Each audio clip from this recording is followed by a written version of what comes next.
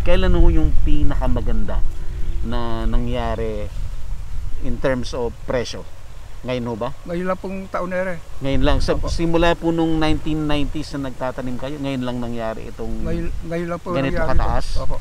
Ano ho sa tingin niyo, sir, ang dahilan? Bakit tumaas ng ganito?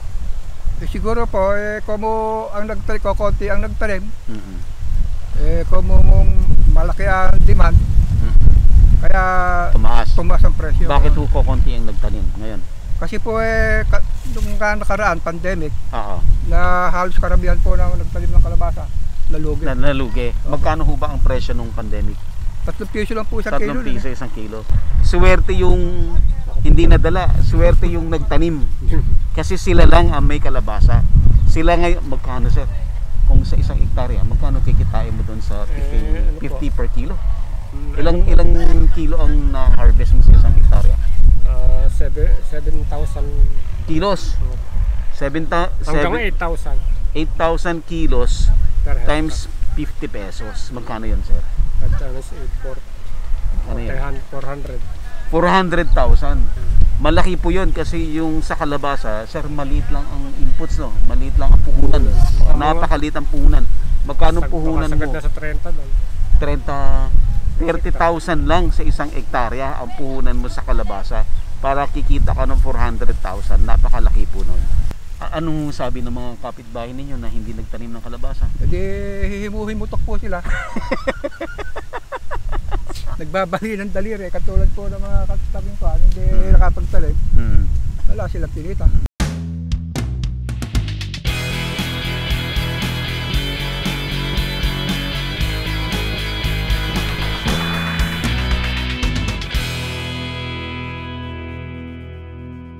On the way tayo sa Nueva Ecija kasi naghahanap tayo ng kalabasa, ng mabibiling kalabasa para sa onlinepalengke.com.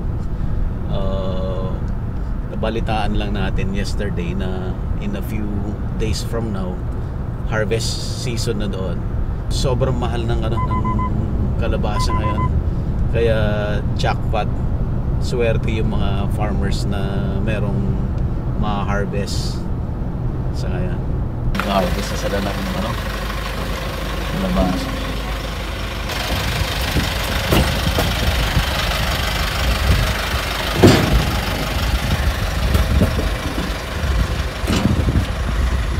Ilang harvest na po ito? Huli na yan? Hindi, isang harvest lang ata yan Isang harvest kinuha na lahat? Kinuha na sir lahat. Hindi na lahat. Hindi na pinalaki yung Hindi na. Hindi na mo. Malaki maliit, mahal kasi. Ganun ang nangyayari dito sa farm pag mahal yung kalabasa.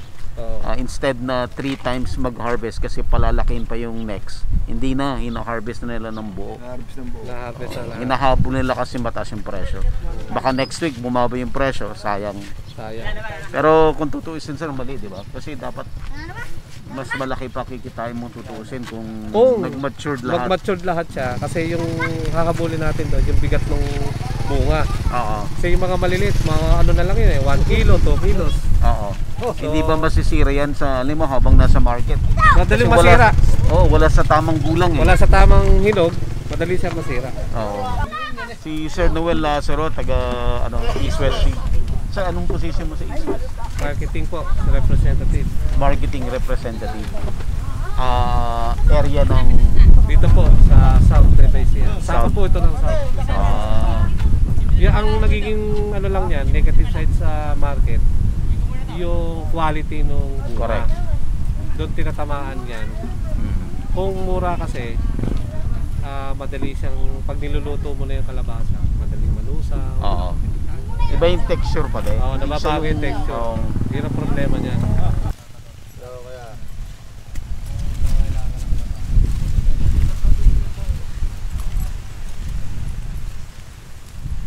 Mga bilog-bilog niya, mga nakabilang sa kunya. Pero yung mga maliliit lang ba, segunda na yun. Pasok primera pa to?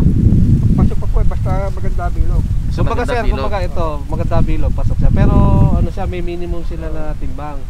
3 kilos, segunda. Correct, 3 kilos. Yung po, halimbawa, ang presyo ng primera 50, benching ko lang yung segunda. Ganun. Kalahati. Kalahati. Pwede ka pala bumili din kung gano'n ang laban. Kaya lang, dahil sa kung may babagsakan ka ng segunda, hindi mo pa problemahin ngayon yun. Yung nakaraan kasi sir, bagsak ang presyo. 7, yung pinakaunang presyo bigay ng hanggang sa bumaba na bumaba. Bumagsak lalo. Bumagsak lalo. Nagpo kasi nag-lockdown na. Nag-lockdown kasi po. Yung lockdown. Lockdown po ba nung March Wala last nang year? kalabas sa tao, wala nang stock na Alam makabiyahe. makabiyahe na ano nun eh. Lugi na po yun, di ba? Lugi mo pa yan. Ito po akin na kumita ako ng 4,000. Nabawi ko yung gastos. Noon. Noon. Bela tanim niya. Lockdown. Bela tanim niya. Magandang umaga po mga kamenti. So, nandito tayo ngayon sa Zaragoza at kasama natin yung team ng East West Seed. Sila ay gumagawa rin ng mga content para sa kanilang websites at sa kanilang mga YouTube channels. Kulay yellow. So mamaya interview natin sila, ipa-explain natin yung features ng variety at saka pa-explain natin sa kanila magkano ang potential na kikitain ng mga farmers sa kasalukuyan na umaabot ng 50 pesos per kilo farm gate price. Sinusukluban pa lang po yung kalabasa ay pinapakyaw ng unang buyer. So sa ngayon po umaabot po ng halos 50 pesos per kilo ang inaabot po ng presyo ng kanilang kalabasa. Pwede ba yun? Sila mo talaga ng mic sa sobrang layo, sir. Malayo ano? Pero nasa saga pa rin, kaya lang. Bukod sa agriculture, meron pa tayong video production 101. Sige, take 2. Take to Kawel, ikaw muna. Hawakan ko, ikaw muna magsalita. Nang maganda sir naman, pang-edit. Yun din. Hindi sila, iba yung kanila eh, gamit nila eh. Kaibang gamit ko.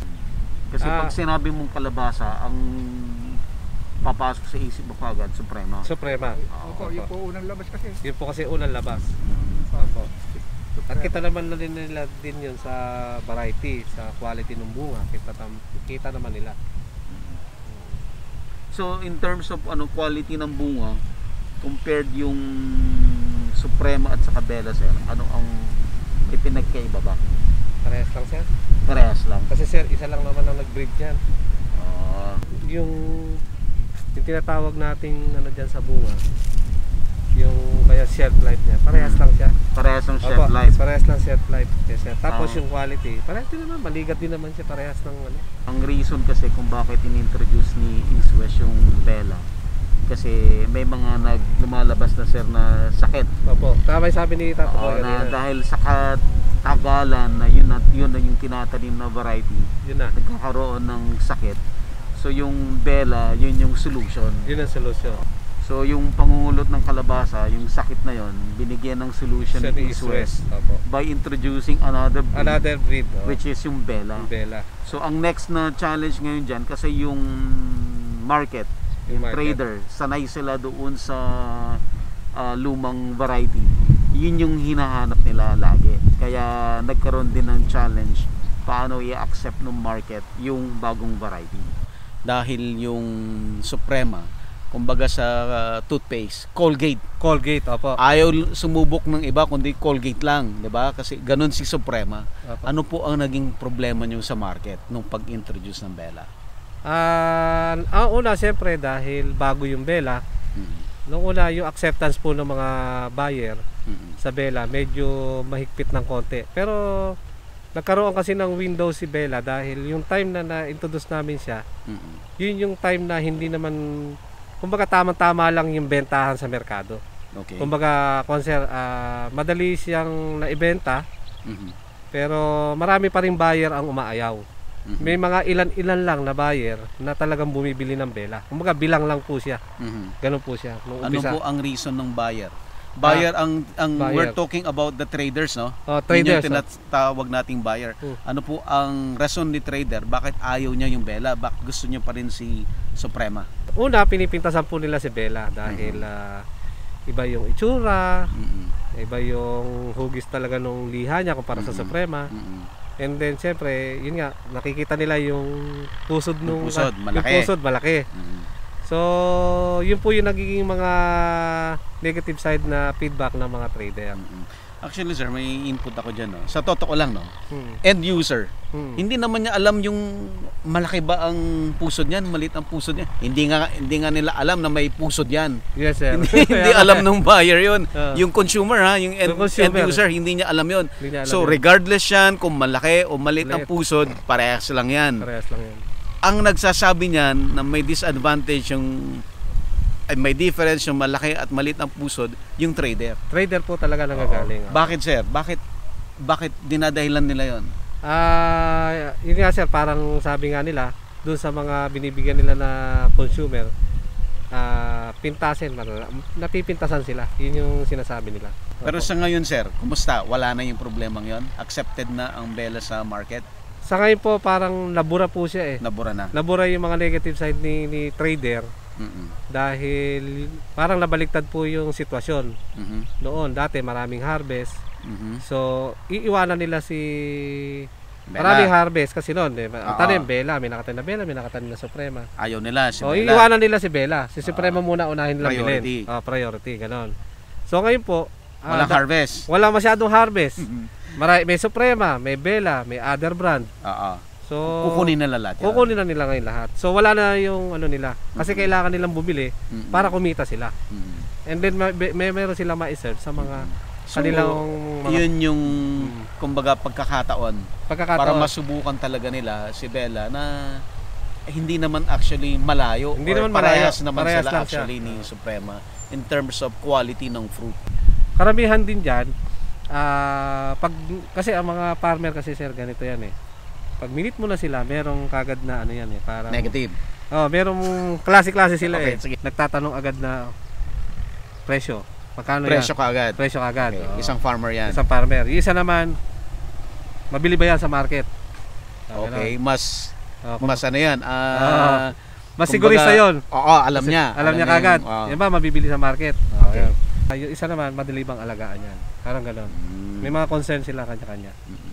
So parang, kumbaga sir, ang mga farmer talagang, yung need lang nila talaga, ang Kung gusto ano yung nila. need nila. Kung ano yung need nila. Sir, tanong ko, sa mga klase ng farmer na yan, alin doon yung pinaka madaling sabihin na nating i-convince Convince. para i-try yung produkto? Pag kasi sir, yung farmer nagtanong na ng presyo, ibig sabihin na convince mo na siya.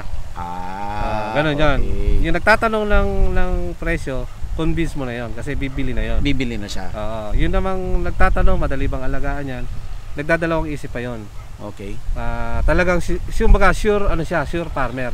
Kasi sinisecure niya yung puhunan niya. Okay. So yun ang mga security, ganun. Tapos yung isa naman, yun nga, nagtatanong siya about doon sa sa management. Sa management. Oo. Ito yung hindi pa probably masyadong maalam. Oo, maalam pa. So yun, magaling ano pa siya, hindi pa siya susubok. Okay. Either mag-try lang siya muna. Mhm. Trial use lang muna siya, parang gano'n. So yung tatlong klaseng farmer na mention ni sir, meron ka agad yan learning sa atin kung gusto niyo mag-start ka agad ng farming, kagaya nung isang klase ng farmer na hindi siya susubok kaagad. Kailangan niya munang siguraduhin na mag-work kasi iniisip niya yung puhunan niya na baka hindi siya makarecover. So ganun din sa mga gustong mag-farmer, yung mga gustong mag-try ng farming, mga OFW na nagbabalak umuwi ng Pilipinas para mag-farming, hindi ho basta-basta yung pinagdaanan na hirap para ho maipon nyo lahat yung pera na yon. Kaya dapat wise din doon sa decision making. Kasi stabilib kasi sir yung mga farmer eh. Yung iba karamihan ngayon. Karamihan kasi. Oo. So may mga farmer naman sa bagay po. hindi mo naman sir mabe-blame kung Hindi talaga diba? sir. Kasi syempre nga naman yung farming dito sa Pilipinas, yung condition napaka-erratic yung climate. So Yun nga, sir. ang laki ng tendency na posible ka talagang malugi o mabagyo, 'di ba? So kung hard-earned money yan, kailangan din talagang, tama rin naman yun sir, kailangan mo talaga kasing ihanda yung sarili mo, kailangan mo mag-research bago mo pasukin. Ganun Hindi sir po talaga. pwedeng sabak ka lang ng sabak at baka mamaya wala kang puntahan. Yun nga, tama sir yun. Yun nga yung isang concern natin na pwede natin i-tip sa mga iba pang nagbabalak na magtanim. Sir, pakilala po muna kayo ulit. Ako po si Arsenio Lagmay, Tubong Batitan. Dito Sa- po sa bayan ng Saragosa po. Saragosa. Opo. Matagal na po ba kayo nagkakalabasa? Matagal na po. Anong taon po yan? Mga 1996 po siguro, 97 ganyan. Matagal na. Opo. Bakit po kalabasa? Ginhawa po kasing alaga. Madali lang. Nadali. Mhm. Hindi katulad ng iba na halos nakayung-yung ko na rin sa Mhm. halaman. Kayo ho ba ay gumagamit din nung yung recommended nila na pamamaraan ng pag-aalaga o sarili nyong sistema? Kung po, yung lahok-lahok, kumbaga kumukuha ako sa kanila. Oo. Tapos- Tapos kung ano yung maganda sa'yo. Opo, ganun. Ano sir yung mga experience mo na maganda? Pwede nyo bang ibahagi sa amin? Ano yung mga kaalaman ninyo na maganda sa pagkakalabasa? Yun po kasi, bukod nga po sa ginhawa kasing alaga ito kalabasa, Mm. ang pala po rito sa primary pagtatanim, yung organic, ganun, organic na yung panambak mo sa kanya, Oo. Organic Yung fertilizer, basal, ganun. yung Opo. bisa. Organic ang ginagamit Opo, nyo. Anong organic. klaseng organic po yun? yung pong mga kanang, Ipot ng manok? Ganun? hindi po, yung gumagamit din po kami, no, kaya lang madalang, malayo po kasi kami sa poultry. Mm-mm. Yung pong kunala ang ginagamit namin, yung mga kulang, yung kalabaw, gano'n, Mm. para baw manure. Oo. So kung ano yung available sa Opo. lugar, dapat yun yung gamitin para mabawasan yung gastos. Kasi kung kukuha ka nung wala sa lugar mo, syempre tataas yung gastos. Mataas ho ba ang puhunan sa kalabasa, sir? Ito pong sa ngayon, ang ginastos ko lang po dito sa akin more or less 15,000 lang. 15. Gano'n ho Opo. ba kalaki itong lupa natin nun? Meron pong kanito, humigit ko lang di sa 15 luwang gano'n. 15 luwang. Ibig sabihin nun, gano'n ka in terms of hektarya? Ilan yan? Mga 0.75 po yun. 0.75. So kulang ng 2,500 para isang hektarya. Kapag na nga. Kailan ho yung pinakamaganda na nangyari in terms of presyo? Ngayon ho ba? Ngayon lang pong taon na rin. Ngayon lang. Sa Opo. simula po nung 1990s na nagtatanim kayo, ngayon lang nangyari itong Ngayon lang po ganito nangyari kataas? ito. Opo. Ano ho sa tingin niyo, sir, ang dahilan? Bakit tumaas ng ganito? Siguro po, kumo ang nagtanim ko, konti ang nagtanim, Mm-mm. kumo malaki ang demand, kaya Tumaas. tumaas ang presyo. Bakit ho konti ang nagtanim ngayon? Kasi po nung nakaraan, pandemic, Oo. na halos karamihan po ng nagtanim ng kalabasa, nalugi. Nalugi. Magkano ho ba ang presyo nung pandemic? 3 piso lang po isang 3 kilo. piso isang kilo. So yung 3 piso lugi ka talaga doon. Opo. Yung puhunan mo hindi na ilabas. Maisasambot naman po yung puhunan. Pero wala kang kita. Yung Well, pagod mo wala nang Ay, ano yung yan. pagod, wala na. Wala, talo na. Talo na rin. Pero ngayon, ilan ho ba ang presyo ngayon? Ang kilo po ngayon, ang tumbok po na buyer, 50. 50. Tapos Kada ano na kilo. po yun? Pakyaw. Opo, pakyawan na yun. Pag pakyaw, ibig sabihin po lahat.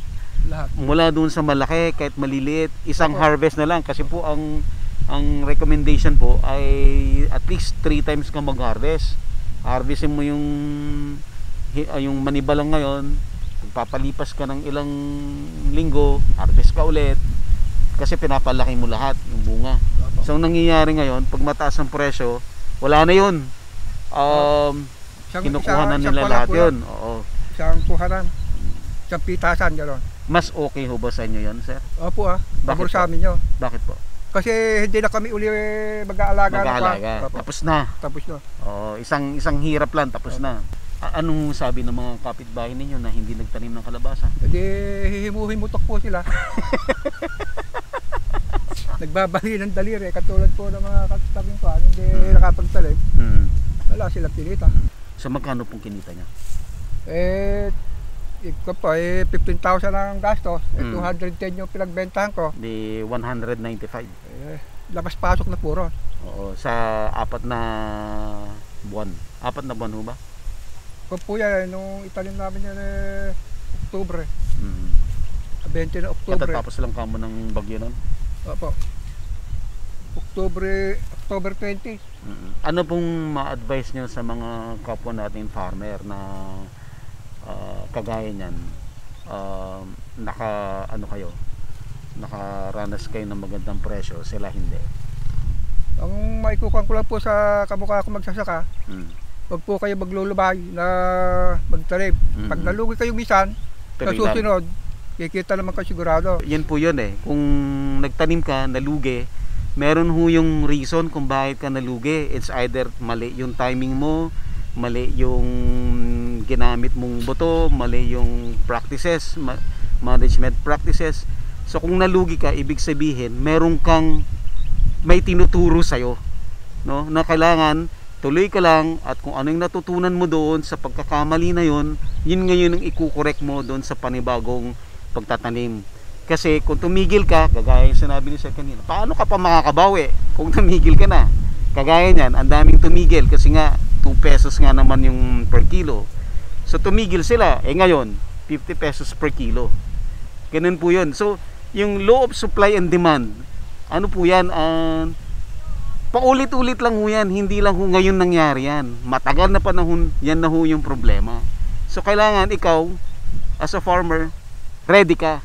Diba? Na kung bagyuhin ka man, bangon ka agad, tanim ka agad, para makabag ka. Kaya anong pangalan mo? Crescenciano Gobote. Taga dito po kayo sa Batitang, Saragosa. Kuya, nung ang taas ng presyo ngayon. Opo. Sobrang taas. Magkano po? Nung unang tumbok sa amin sa puno ay 40 kilo.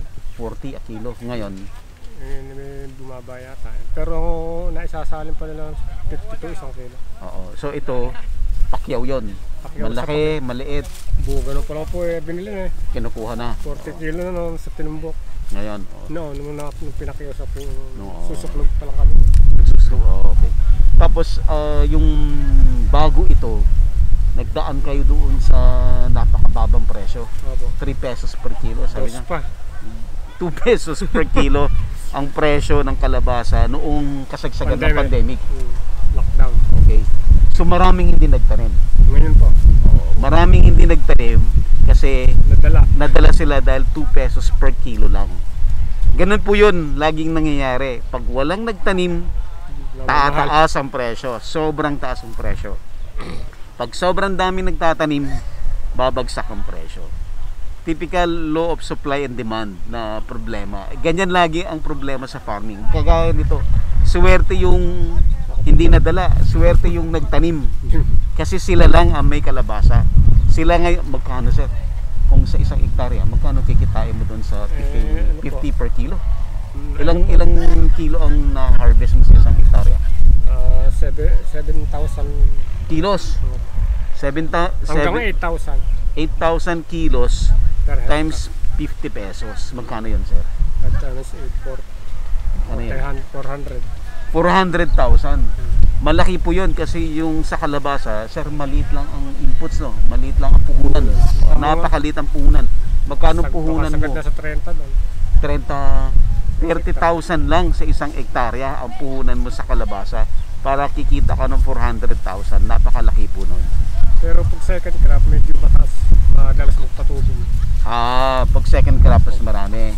Mga magkano ang abutin? Yung February, magkano abutin nun? Ang puhunan mo nun? Mga pupuhunan na siguro 40 nun. 40,000. Gastos sa patubig. Ganun pa rin yun sir. Yung 40,000 na puhunan mo sa halagang 400,000 ang kikitain mo, napakalaking halaga po nun. So ilan yung tinanim nyo ngayon sir? Asan yung tanim mo ngayon? Wala, hindi pa. Table pa lang, nagayak pa lang. Naggagayak pa lang. Sana paano yan kung pag nag-harvest ka iba ng presyo? Talaga pong gulo kung ano mabuti. Bakit late ka Huwag ka madadala. Ba't late ka nagtanim? Hindi, may inahin na po ako kahapon. May karito na yun. May nauna ka nang na-harvest? No, hindi ko nalagyan noon at panay nga ulan, mababa yun eh. Mababa yung isang pwesto. Mababa yung farm niya, yung lupa na Hindi natamnan. na anuhan ng tubig, na ang tawag doon, na stuck yung tubig, kaya hindi niya natamnan kagad. Kaya hindi siya, ngayon naggagayak pa lang. May second crop pwede yan. Sa second crop. So hopefully abutin pa rin ni sir yung mataas na presyo. Sana. kasama naman natin ngayon si Sir Jerwel Delara, sir. Delara, at saka si Joseph Tolosa po. ayan, si Sir Joseph. Jerwel, tanong ko lang, no? May ginawa tayong video na on cultural management ng kalabasa. Kumusta? Ginagawa ba nila yung practice na yan ng mga farmers? Doon po sa area ko po, yes sir, yun po talaga ang practice. Kasi sir, different area, different practices. Ngayon sir, ang naka-area na po doon ngayon sa area ko dati ay si Sir Joseph na. At ako po ay napunta po sa Aurora. Sa Aurora sir, ibang practice iba rin. Opo. Anong pinagkaiba nung, let's say, Talavera versus Aurora? Sa Aurora sir, talagang sahod ulang kay sir sila. Talagang yung una-una sir, yung layout. Opo. Doon Okay. Kung sir sa Talavera, naka-linya po siya. Linya. Yes, Kagaya sir. nito. Opo, nasa Define gitna. yung line. May, Yes, sir. may bed, may kanal. Yes, sir. Doon po sa Aurora sir, nakabalangalang. Ano po? Tsaka ang sukat sir nila, kudrado sir. Kudrado. Opo, Okay, square. square. Bali sir, 2x2x2. 2x2x2. Opo. Okay. Ano Anong pinagkaiba ng Aurora sa sa Talugtog at saka Umingan? sa Talugtog kasi sir, talaga at Umingan, talagang hasana sir sila eh. Kumbaga, Hindi mo na sir, sila kailangan turuan. Yes sir, kasi sir, expert na sila doon. Sa Aurora sir, nag-start pa lang po. Kasi sir, doon sa Aurora, halos kumbaga sir,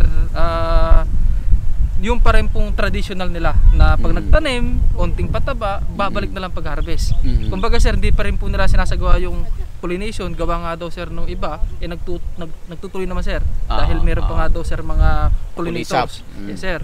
Pero kung papansin natin sir sa ani, talagang mas mahina sir yung ani ng Aurora. Gaano kalayo yung difference ng ani? Halos kalahati sir. Kalahati. Opo. So ang potential na number of kilos mo per hectare ay Halos sir, swerte na daw sir kung makakuha ka ng 3 tons. 3 tons. So ang normal is 6 tons. 6 to opo. 6 tons. Sir.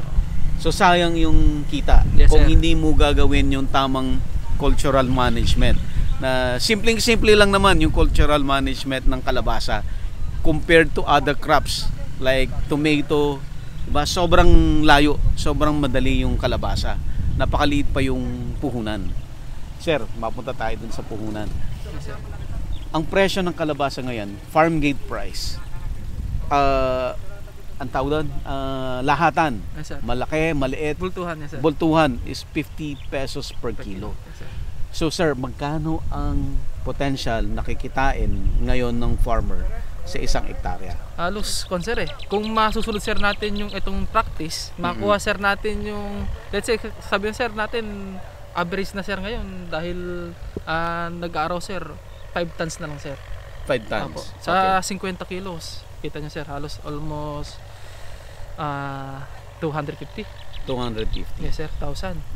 Yes sir. Ang puhunan lang sir, tutulad po ngayon, tulad nga po si Tatay Boy, halos 15,000 lang sir. 15,000 lang. Opo. I-maximum na sir natin, sabihin sir natin na yung pinakamaluho na pag nag-aalaga ay 30,000 na sir. Opo. Halos maabot pa rin sir ng 200,000 ang kinita. Yes sir. Sa loob lang po ng 3 buwan. Yes sir. Tapos yung pong management, yun nga sir, sabi nyo nga po, napakaginhawa lang. Hindi nyo na po kailangan po na everyday andun po tayo. Ano po, sa kalabasa kay sir, basta napaarangkada po natin siya, at natutukan po natin yung pollination at irrigation din sir, tsaka yung fertilization sir, mag-aantay na lang po tayo ng harvesting. Sa kalabasa, meron siyang time na once na nandun ka na sa stage na yon, na-develop na yung fruit, darating ka na sa stage na titigil na yung management. Maghihintay ka na lang ng oras kung kailan mag-harvest. Kung hindi ka naunahan ng kapitbahay. Yes sir, ngayon sir, opo. Ngayon sir, ito po ang confusion lang sir dito eh. Kaya po yung mga farmer po natin, karamihan po natin dito, ay binabantayan po yung harvest po nila. Bakit po? Kasi po, isang sako lang. Yes sir, isang sako lang, kunento po namin, mawalan ka na agad ng 5,000. 5,000 isang agad, sako lang isang po. sako. Isang sako sir, kayang-kayang buhatin po yan. Ano po? Yung 50 kilos po, kayang-kaya pong buhatin po yan. Ganun po kahalaga po ngayon. Kumbaga po, pati po yung security po ngayon ng ating tanim, siyempre, kailangan po nating tinadin po. Kasi po nga po, sa hirap din po siguro ng itong buhay sir, hindi natin masabi dahil pandemya nga po, hindi po naiwasan yung mga ganong pagkakataon po. Kahit sir sa pag-aalaga po ng kalabasa. Itanong ko lang yung 'di ba, yun dun sa cultural management natin in terms of harvesting. Yes, sir. May unang harvest ka. Opo. Tapos may second harvest ka. Yes, sir. May third harvest ka. Yes, sir. Ang purpose nun, yung mga nahuli na maliliit, pinapalaki mo. Yes, sir. Para makuha yung tamang gulang, Size, opo. makuha yung tamang size, may ibenta mo ng maganda. Ang problema ngayon ay hindi ko alam kung problema o kagandahan dahil mataas ang presyo, lahat binibili. Yes, Ano ang epekto nun doon sa quality ng produkto? Yun sir, bali yung sir na-harvest po ng mga dapat sir hindi pa kailangang anihin. Umiikli sir yung shelf life niya. Lalo sir yung pong mura. Yun sir. Ang disadvantage lang sir nun, mas madali sir siyang masira. Tapos kita niyo sir kanina, hinahagis-hagis po Mas madali sir ma-damage yung pong balat. Pag sir na-damage po ang balat ng kalabasa, unang-una, pag po itinanda po natin yan, pangit na po itsura. Pangalawa po nun, magiging cost po na pagkasira niya po. Kumbaga, ang magiging disadvantage po nun sa may part na po ng trader tsaka ng mga buyer po. Na po sa dadala. So, yun. So, kagaya doon sa part natin sa onlinepalengke.com na mataas yung standard na hinahanap natin, kagaya ng standards ng supermarkets. Problema yon kasi hindi natin siya hindi mo man lang ma-stock, hindi mo man lang maitabi. Kasi syempre hindi naman yan nabibenta lahat-lahat agad kasi nasa retail tayo, hindi naman tayo wholesale. So magkakaproblema tayo kasi hindi natin siya ma-store. Paano kung hindi mo nabenta kaagad yon? Wala na, masisiraan ka. Yun yung disadvantage. Yun yung laging problema. Pag mababa ang presyo, may problema. Diba? Nagre-reklamo ang farmers. Pag mataas ang presyo, may problema pa rin. Problema doon sa end ng retailer. Problema 'yon kasi wala na hindi na pino-practice yung tamang quality control, tamang gulang nung fruit, hindi na 'yan ino-observe. And it applies to all crops, no? Hindi lang sa sa kalabasa, kahit sa tomato or other crops, ganun lagi yung nangyayari. Ano ang tingin mo? May solution ba sa mga ganitong klaseng problema? Meron naman sir, nasa usapan sir between farmers to buyer sir natin na siguro sir susundin pa rin po yung standard po na kung ano lang sir talaga yung ready to harvest, yun lang po ang i-harvest po natin. At yung pong susunod, iantay po natin, alagaan pa rin po natin. Kasi sir, sa farmer po kasi, yung po sinasabi po tulad kanina, para isang bentahan na lang, isang hirap na lang po. Pero nawawala pa rin po sa kanila. Kasi po, yung pong kilos. Kasi po hindi po umaabot doon po sa talagang saktong kilos yan. Ibig sabihin po nun, meron po talagang nawawala pa rin sa farmer. Kaya kung pwede po natin ma-explain po sa kanila yun, at makita po natin by numbers, na-explain po natin, at nakita po nila na ganun po pala ang kalaking amount yung nawawala sa kanila pa nag-harvest po ng maaga, baka sakali po na ma-convert po natin sila doon sa tatlong harvest pa rin po sa ang fear kasi nila, baka pag hindi mo sinamantala yan, baka next week iba na presyo. Yun din sir. Baka mababa na yung presyo. Yun yung yun yung dilemma. Talagang gaano kalaki yung number of kilos na nawawala? Halos dahil minsanan hinarvest ka. Yes, sir. Tulad sir kanina, nahagi sir, almost 1 kilo lang sir kaya kinukuha na nila o less than pa po Ibig sabihin sir, halos let's say estimate sir natin 2 kilos po ang nawawala sa isang fruit. Yes sir. Kasi po kung makikita sir natin, halos pag tinignan ko sir sa kanina doon kinakarga sa truck, halos kalahati lang sir yung uubra. Yung sir talagang kalahati, talagang hindi pa sana. Kaya, so imagine mo yan kung na-maximize mo yung bunga at this price, supposedly ibebenta mo yan ng 150 pesos. But dahil in-harvest mo ng wala sa oras, ang naging value niya 50 pesos lang. Sir, isang bunga. Sa isang bunga. Bali, masishare ko lang po, wag po tayong tumigil o mag-stay lang po sa traditional po nating ginagamit sa pagsasaka. Pwede po nating sumubok po. Hindi na po ngayon napakahirap po tumuklas ng teknolohiya. Andiyan na po, nakakalat na po dyan sa social media. Sa YouTube. Yes sir. Huwag niyo po kakalimutan yung pong ating agribusiness po, how it works. Napakadami po nating matutunan po dyan, hindi lang po sa gulay. Lahat po ng tungkol po sa agriculture, step by step po. At itinuturo po natin yan. Ano po? Kumbaga, wag po tayong tumigil. Pwede po nating i-absorb po paunti-unti. Kung di po kaya ng budget, lalo na po yung mga high-end po, yung mga plastic masks yan po kasi. Tsaka wag po tayo laging titingin po doon po sa short term na expenses. Ang tingnan po natin yung pong long term. Ano po? Doon po tayo titingin. Tsaka sa farming nga po, lagi po pong naririnig sa mga farmer po natin, series po yan na pag-aaral. Kaya ang magsasaka po, tinatawag po siyang doktor, engineer. Yan po, talagang kasi po halos lahat, pati po yung panahon po tinatansya po.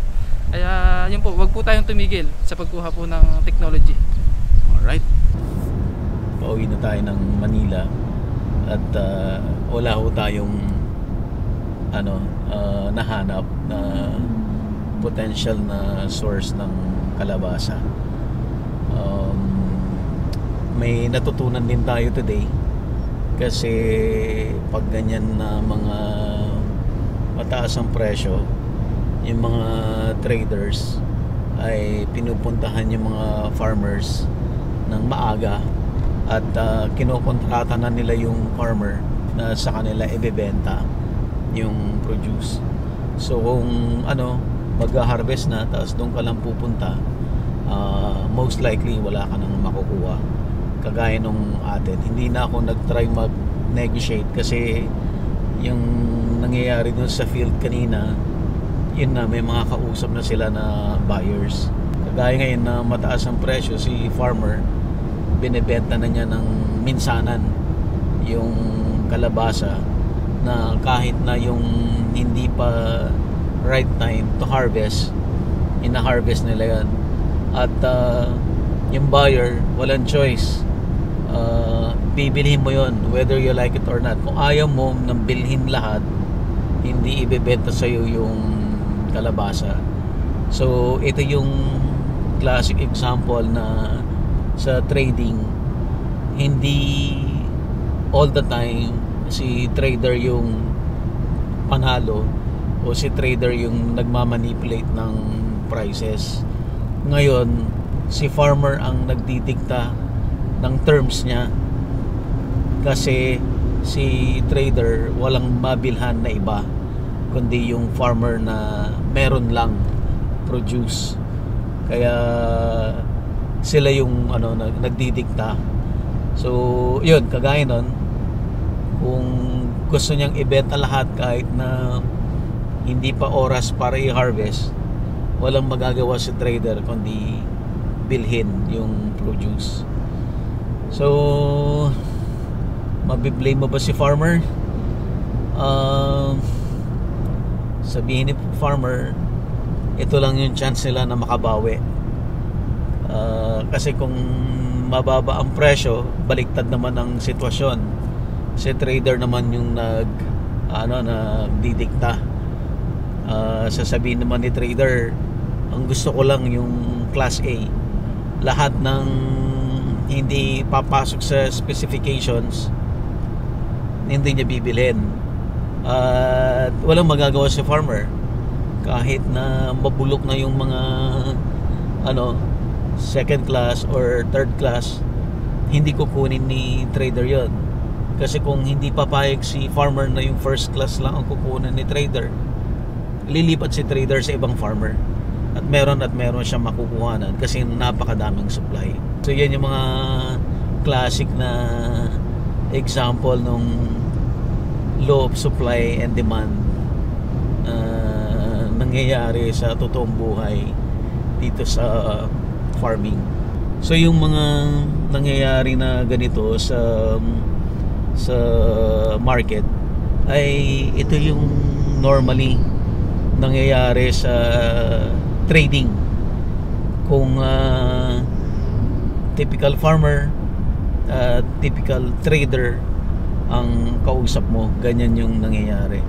Sa case ng natin, sa case ng onlinepalengke.com, kasi tayo ay farm to table, hindi talaga mag-work yung ganitong klaseng sistema. Kagaya niyan, hindi tayo makabili ng gusto natin na first class lang. Hindi siya mag-work kasi kung bibili mo lahat, maghahanap ka ulit ng another market para doon sa mga reject. Kaya problema yon, saan mo dadalhin yung mga reject just in case makipag-transact ka nga sa sitwasyon ngayon. Dahil farm to table tayo, dahil ang bibili ng produkto ay yung mismong end user, hindi po pwedeng bigyan mo siya ng reject. Kailangan talaga ibigay mo yung specifications na kahalintulad nung specifications nung mga binibenta sa mall. So hindi po pwede. Ang learning dyan talaga from the very beginning, ang farm to table, nag-work yan kung meron ka talagang partner, meron kang partner farmer, hindi yung hahanap ka lang ng farmer na wala kayong initial or wala kayong talagang relationship in the first place. Kagaya niyan, hindi ka talaga pagbibigyan na kunin mo lang yung magaganda. So yan, matagal na nating alam yon na ganun yung situation, but sometimes syempre kagaya niyan, pumunta pa rin tayo kahit na hindi natin kilala yung farmer, hoping na may makuha tayo. Kasi nga yung farm gate price ngayon na 50 ay mas mababa pa rin kaysa dun sa mga nasa trading post. So somehow makakatipid ka kung mabili mo rin ng mas mura. At lumalabas sa ngayon yung situation na ganyan, wala tayong choice kundi kukuha tayo ng kalabasa from the traders, kasi doon sa traders pili na yon, yung specification na gusto nating makukuha natin yon doon sa trader. Yon.